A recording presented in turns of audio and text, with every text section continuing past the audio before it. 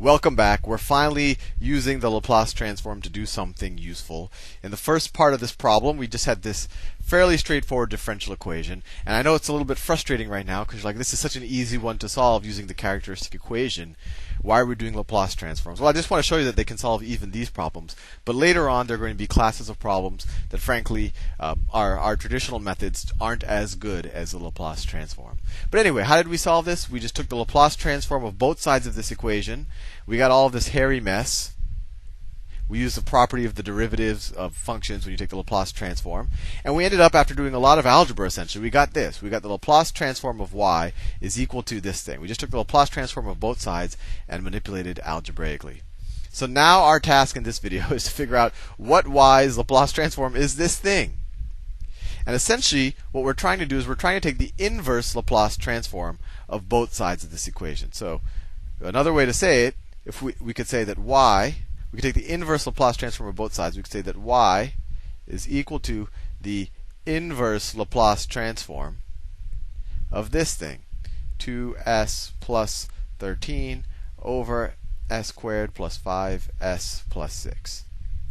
Now we'll eventually actually learn the formal definition of the inverse Laplace transform. How do you go from the s domain to the t domain, or how do you go from the frequency domain to the time domain? We're not going to worry about that right now. What we're going to do is we're going to get this into a form that we recognize and say, oh, I know those functions. That's the Laplace transform of whatever and whatever, and then we will know what y is. So let's try to do that. So what we're going to use is something that you probably haven't used since Algebra 2, which is I think when it's taught in 8th, 9th, or 10th grade, depending, and you finally see it now in differential equations that it actually has some use. Let me write it. We're going to use partial fraction expansion. And I'll do a little primer on that in case you don't remember it. So anyway, let's just factor the bottom part right here. And you'll see where I'm going with this. So if I factor the bottom, I get s plus 2 times s plus 3.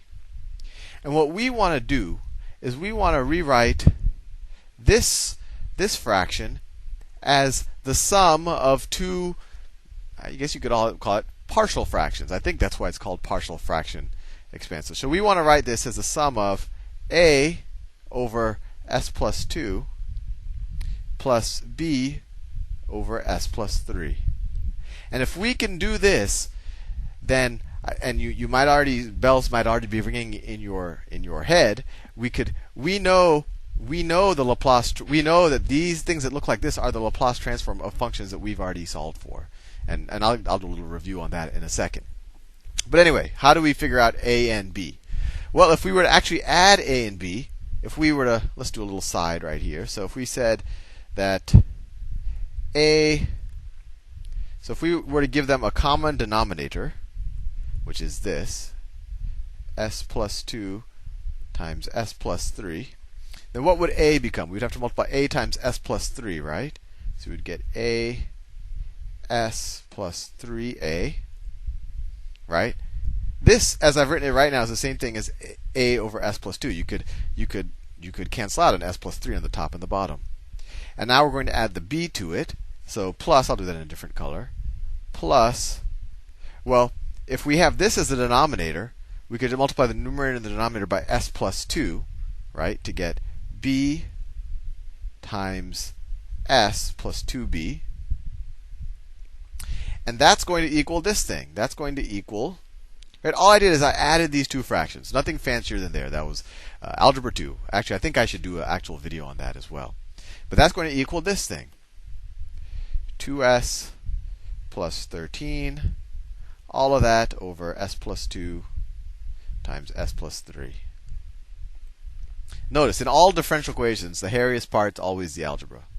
So now what we do is we match up. We say, well, let's add the s terms here. And we could just say that the numerators have to equal each other because the denominators are equal. So we have a plus bs, a plus bs, plus 3a plus 2b is equal to 2s plus b. So the coefficient on s on the right-hand side is 2. The coefficient on the left-hand side is a plus b. So we know that a plus b is equal to 2. a plus b is equal to 2. And then on the right-hand side, we see 3a plus 2b must be equal to, what else? Oh, this is a 13. Did I say b? This is a 13. That's a 13. It looks just like a b, right? That was 2s plus 13. Anyway, so on the right-hand side, I get, what was it? 3a plus 2b is equal to 13. Now we have two equations with two unknowns, and what do we get? I know this is very tiresome, but it'll be satisfying in the end because you'll actually solve something with a Laplace transform. So let's multiply the top equation by 2. Or let's say minus 2. So we get minus 2a minus 2b equals minus 4. And then we get, so add the two equations. You get a is equal to, these cancel out. A is equal to 9. Great. If a is equal to 9, what is b equal to? B is equal to 9 plus what is equal to 2? Or 2 minus 9 is minus 7. And we have done some serious simplification, because now we can rewrite this whole expression as the Laplace transform of y. Laplace transform of y is equal to a over s plus 2 is equal to 9 over s plus 2 minus 7 over s plus 3. Or another way of writing it, we could write it as equal to 9 times 1 over s plus 2 minus 7 times 1 over s plus 3. Why did I take the trouble to do this? Well, hopefully you'll recognize this was actually the second Laplace transform we figured out. This was the second Laplace transform we figured out. What was that? I'll write it down here just so you remember it. It was the Laplace transform of e to the at was equal to 1 over s minus a. That was the second Laplace transform we figured out. So this is interesting. So if we were to take, this is the Laplace transform of what? So if we were to take the inverse Laplace transform, actually let me just stay consistent. So that means that this is the Laplace transform of y is equal to 9 times the Laplace transform of what? If we just do pattern matching, if this is s minus a, then a is minus 2. So 9 times the Laplace transform of e to the minus 2t. Does that make sense? Take this, put it in this, which we figured out, and you get 1 over s plus 2. And let me clean this up a little bit, because I'm going to need that real estate.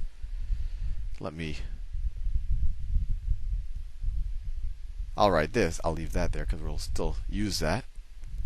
And then we have minus 7 times, this is the Laplace transform of what? This is the Laplace transform of e to the minus 3t.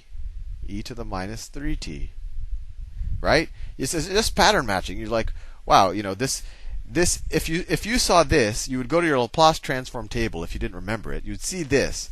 You're like, wow, that looks a lot like that. It's just, I just have to figure out what a is. I have s plus 3, I have s minus a. So in this case, a is equal to minus 3. So if a is equal to minus 3, this is the Laplace transform of e to the minus 3t.